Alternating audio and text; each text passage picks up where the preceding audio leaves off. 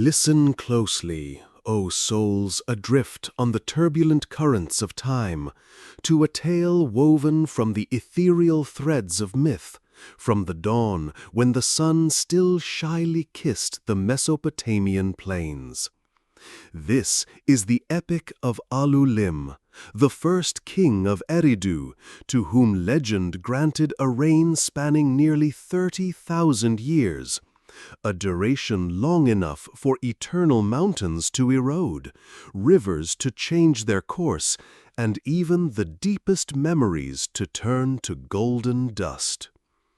Eridu, in that nascent age, was not the glittering golden city history would later record. It was merely a nascent dream stirring amidst boundless marshlands, where whispering reeds guarded the secrets of primordial times. Humanity lived sparsely, scattered like wild herds. And then, amidst the morning mists, Alulim appeared. None could say from where. Some whispered he was the son of Enki, the god of water and wisdom, sent to bring order to a chaotic world.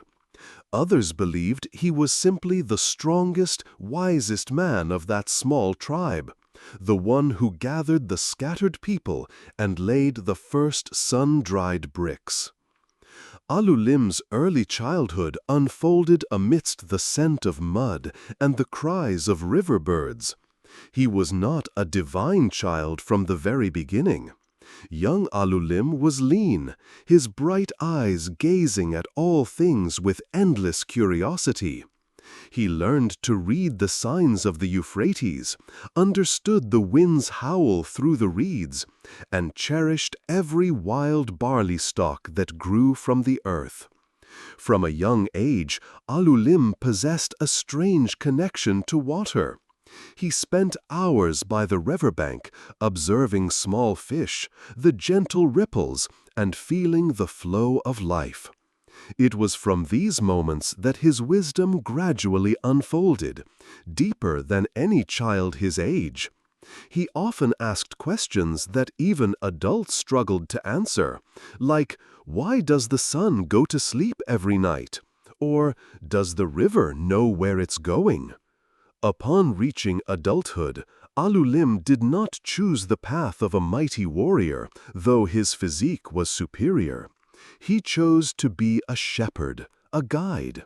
His mornings began with the cry of river birds, his shoulders draped in a coarse animal hide. His meal was often a humble porridge of barley and river fish, perhaps sweetened with a few foraged dates. But more than basic needs, Alulim carried a grand heart. His eyes held the quiet stillness of the star-dusted night, and his voice carried a resonance that settled the hearts of his people. He cared for every member of his small, budding community. He taught them how to read the seasons for a better harvest, how to craft sharper tools from stone and bone, how to build sturdier homes against the wind and the rising waters. He was the father, the teacher, and the chieftain of Eridu. Once, a sudden great flood threatened to sweep away everything they had built. Fear engulfed them. Alulim did not panic. He gathered everyone, instructing them to build dikes and move their belongings to higher ground. He personally carried the heaviest bundles of reeds, his shoulders drenched in sweat and mud. It was his calm demeanor and decisive action that solidified his people's faith. They saw not just a chieftain, but a responsible guide, unafraid of hardship. The private matters of Alulim's heart are a great mystery, buried under the deepest sands of time. But we can imagine that amidst the toil of building a city, his heart knew love. Perhaps in those early days there was a woman constantly by his side. She was Lara, a young woman with moss-colored eyes and long, dark hair like a night river. Lara did not come from a warrior tribe. She was the daughter of a potter, but she carried a sharp mind and skillful hands. She wielded no spear, but a needle, a pen made from a reed stalk, drawing crude maps of the waterways, recording the seasonal cycles as Alulim taught her. Lara had a habit of carving symbols onto clay pots, marking the ebb and flow of the water, or the shapes of constellations that Alulim. Over his impossibly long reign, Eridu grew into a thriving center. Surrounding villages looked to it for trade, for knowledge, and for protection. Alulim sent his bravest explorers down the river and across the plains, extending the city's influence not through conquest, but through wisdom and cultural exchange. He sent forth the best barley seeds, Eridu's exquisite pottery techniques, and received in return tales of distant lands, precious stones, or new farming methods. Yet his long reign was not without turmoil. There were clashes with nomadic tribes from the arid north, devastating floods that threatened to reclaim the city for the marsh, and unseen plagues that brought fear and sorrow. In these moments of crisis, the people of Eridu always turned to their king. With the wisdom of ages, Alulim always found a way, guiding his community through every storm. Once a drought lasted for years, drying up plants and rivers. The people despaired, praying to the gods. Alulim did not just pray. He led his people daily, digging new canals to channel water from deep underground springs, teaching them how to store rainwater and cultivate drought-resistant crops. He worked tirelessly, his eyes unwavering, instilling hope in his people. Thanks to his perseverance and wisdom, Eridu overcame that terrible drought and even emerged stronger. Loneliness, perhaps, was his constant companion. To watch so many loved ones pass, to see generations rise and fall like the tides, must have left him with a profound sense of isolation. He was the great tree that watched the forest around it die and be reborn 100 times over. The young could revere him, but could they ever truly understand the weight of the years he carried, or the boundless sorrow for the countless souls who had passed through his life?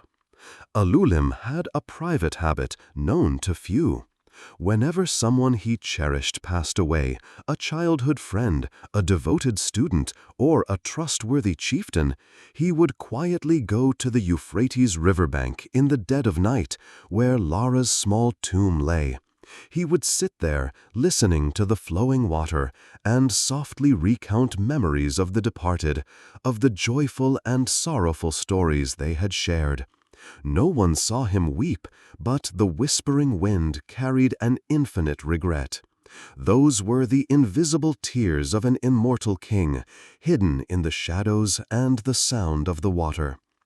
Nevertheless, he ruled, until he felt the burden of time etched deeply into his soul. He believed in his sacred duty, entrusted with laying the foundation upon which a great civilization would be built. And so he did, one small law, one lesson about unity, one wise decision at a time for countless millennia. Finally, after nearly 30,000 years, Alulim felt a weariness not of the body, but of the soul. His form was still strong, but his spirit had witnessed too much, endured too much. He summoned the elders of Eridu, the wisest of his people, and announced that his time had come to pass the mantle of kingship. Alulim did not say he was tired. He simply said, "The flow of life needs new vessels to continue its journey." His successor was Alalgar, a man whom Alulim himself had diligently mentored for centuries, imparting not only knowledge, but also serenity and compassion. At the transition ceremony, Alulim stood before all of Eridu, his face lined not by age, but by infinite wisdom and untold stories. He spoke of the difficult first days, of the triumphs they had shared, and of his hopes for Eridu's future, a future he believed Alalgar would lead to new heights. After relinquishing his crown, Alulim did not simply vanish. He remained in Eridu, a living legend, a silent advisor to Alalgar and the kings who followed.